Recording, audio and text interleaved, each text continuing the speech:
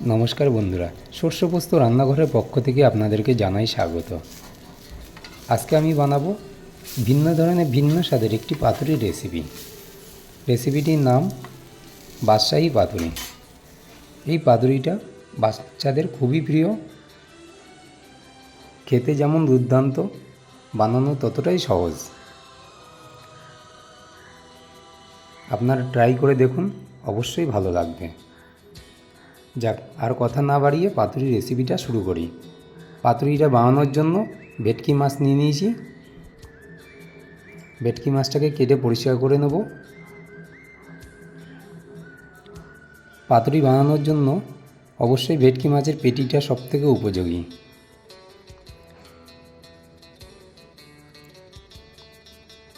তার জন্য পেটির পিসটাকে কেটে নেব।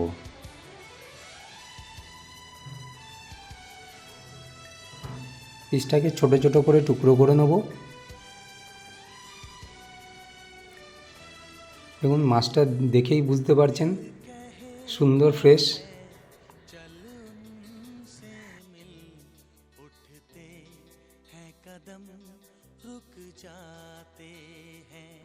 বেশি বানাবো না, দুটো মাছের টুকরোতেই বানাবো। টুকরো দুটো নিয়ে নিলাম।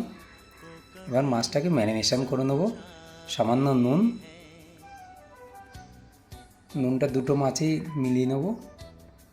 এবার দিয়ে দেবো কাঁচা লঙ্কা বাটা, আদা বাটা, সামান্য লেবুর জুস। এক টুকরো লেবু দিলেই দুটো মাছে হয়ে যাবে। এবার ভালো করে মিলিয়ে নেব। মাছটাকে মিলিয়ে কিছু সময়ের জন্য রেখে দেবো। এবার ভিজিয়ে দেবো আলমন্ড। কিছু আলমন্ড নিয়ে নিলাম। তার জন্য আলমন্ডগুলোকে 2 ঘন্টার জন্য ভিজিয়ে রেখে দিতে হবে। আপনারা যদি সাথে সাথে বানাতে চান তাহলে আলমন্ডগুলোকে সেদ্ধ করে নিলেও হবে। আলমন্ডগুলো ভিজে গেছে দেখেই বুঝতে পারছেন। এই আলমন্ডগুলোকে আঙুল দিয়ে টিপে দিলেই তাহলে ছিলকেগুলো ছাড়িয়ে যাবে। এইভাবে টিপে টিপে আমি সব আলমন্ডগুলোকে ছাড়িয়ে নিচ্ছি।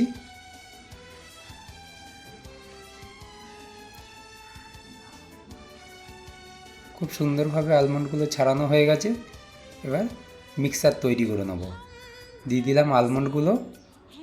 এবার নিয়ে নিয়েছি কিছুটা কাজুগুলো দিয়ে দিলাম, কিছুটা পোস্ত। এবার সামান্য জল দিয়ে দিচ্ছি। পুরো মিক্সারটা পেস্ট করে নিলাম। এবার একটি বাটিতে 2 চামচ দই নিয়ে নেব। এবার মিক্সারটা যে পেস্ট করে নিয়েছি দিয়ে দেবো তার 2 চামচ। সামান্য ক্রিম দিয়ে দিলাম একটু সল্ট।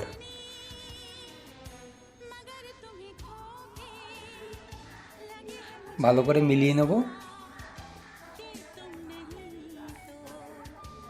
দিয়ে দেবো একটু সর্ষে বাটা।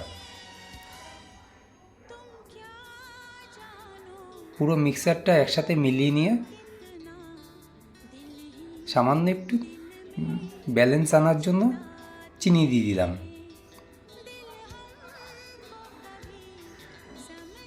এবার মাছগুলো যে মাখিয়ে রেখেছিলাম সেই মাছগুলোকে একটু চিপে নিয়ে জলটা বের করে নেব।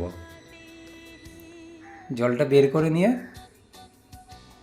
মিক্সারটা যে তৈরি করলাম সেই মিক্সারের সাথে মিলিয়ে নেব। কিছু সময়ের জন্য এরকমভাবে মিলিয়ে রেখে দেব।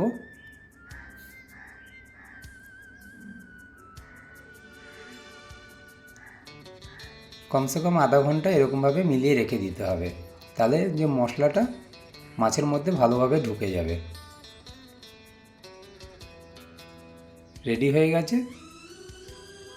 এবার এই মাছটা আমি স্টিম করার জন্য কলা পাতায় মুড়ে নেব। 2টো কলা পাতা নিয়ে নিয়েছি।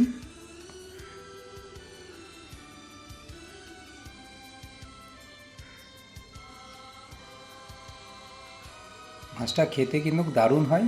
আপনারা একবার বানিয়ে দেখবেন, অবশ্যই ভালো লাগবে। বাচ্চাদের তো খুবই পছন্দের।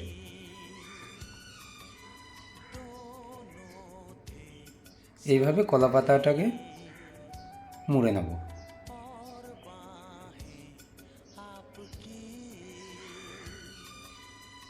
পাতুরির জন্য মাছটা মুড়া হয়ে গেছে, এবার আমি স্টিমারে দিয়ে দেবো। আপনাদের কাছে যদি স্টিমার না থাকে তাহলে কোনো একটা বাসনের উপরে কাপড় চাপা দিয়ে তার উপরে ভিতরে জল দিয়ে স্টিম করে নিতে পারেন। আমাদের স্টিম করা হয়ে গেছে, কলা পাতার কালার দেখলেই বুঝতে পারছেন। এটা শুধু স্টিম করলে হবে না, এবার একটি ফ্রাই প্যানে সর্ষের তেল দিয়ে হালকা স্যালো ফ্রাই করে নিতে হবে পাতুরিগুলোকে।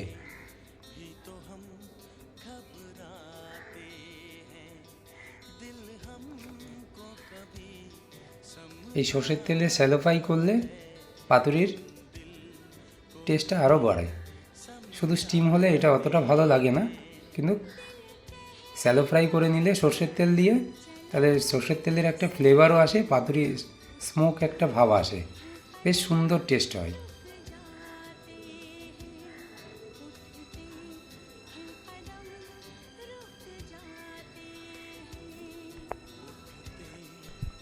আমাদের পাতুরিটা কমপ্লিট হয়ে গেছে, এবার নামিয়ে নেব।